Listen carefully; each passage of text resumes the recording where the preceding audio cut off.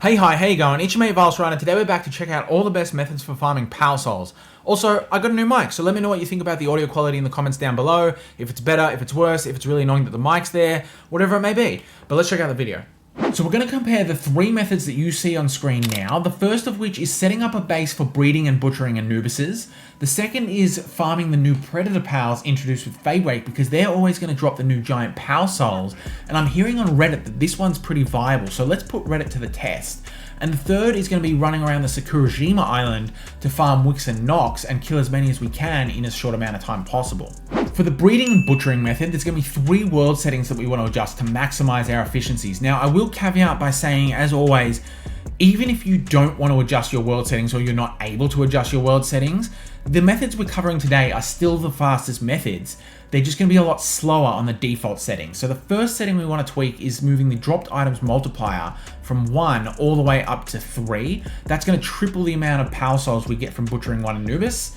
And then we will also want to reduce the incubation timer from 2 down to 0. So that just removes it entirely.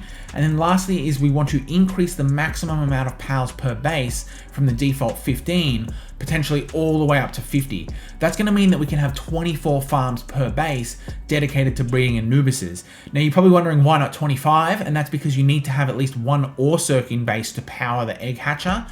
So you can't quite have 25 farms because you've got an odd number there.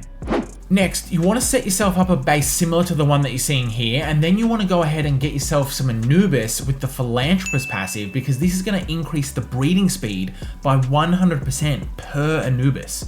This is going to mean that when both parents have the passive, the time it takes to get an egg is going to reduce from the default 5 minutes down to just 1:40.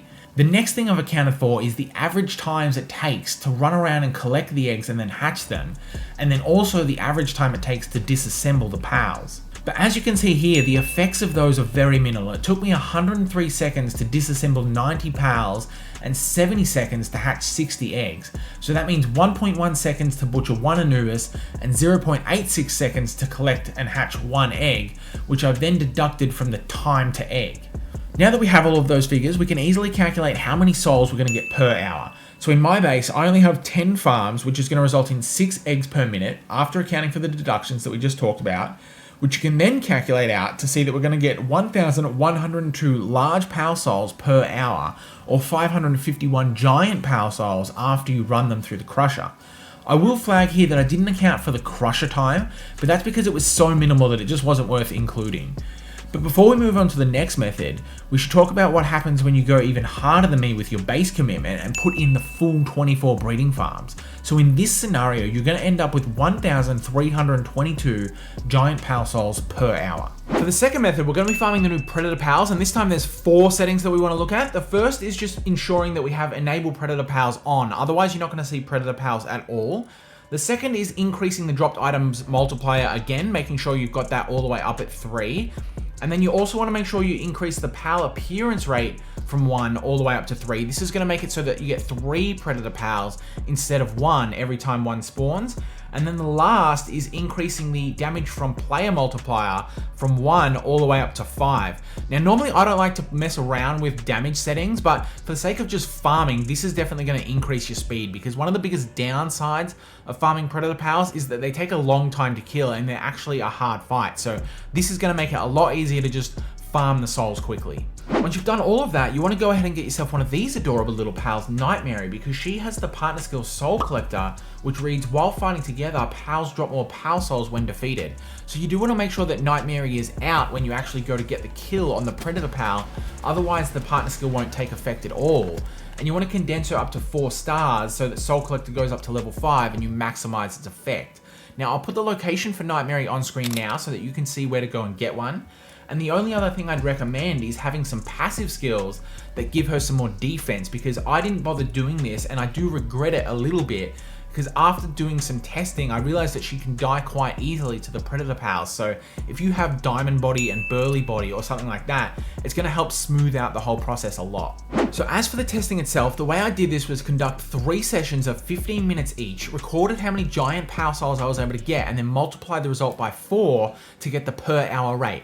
And in the end, I managed to get 2,560 giant Power Souls per hour on average across the 3 tests.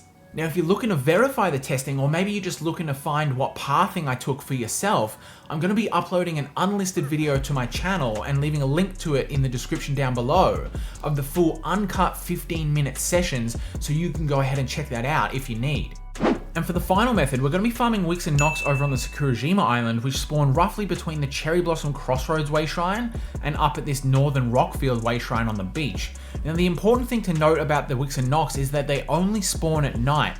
So you want to use all the same settings that you did for your Predator Pal farm, but the only one you might want to change is reducing the nighttime speed to 0.1 so that you get more than the 5 minutes of nighttime that is default. Now, for this test, I only did one 15-minute session instead of 3 and taking the average, because I felt a lot more confident in its consistency, given that you don't have to wait for Predator Pals to spawn in or anything like that.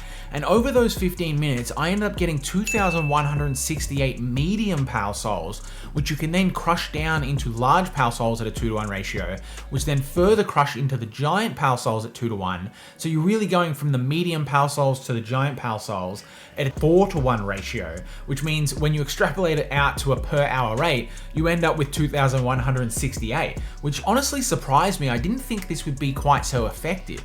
So in the end, it turns out that the Predator Pal farm has a lot of merit and came in with the highest rate of 2,560 giant Pal souls per hour, with the Wixen Noct farm shortly below that at 2,168, and breeding and butchering was well behind it at 1,322. So I have to admit, this is the opposite to my intuitions about it, but it has to be said that the Predator Pal farming and the Wixen Noct farming are very manually intensive for the player. You have to actually be out there doing the farming for an hour at a time, or whatever time period it may be.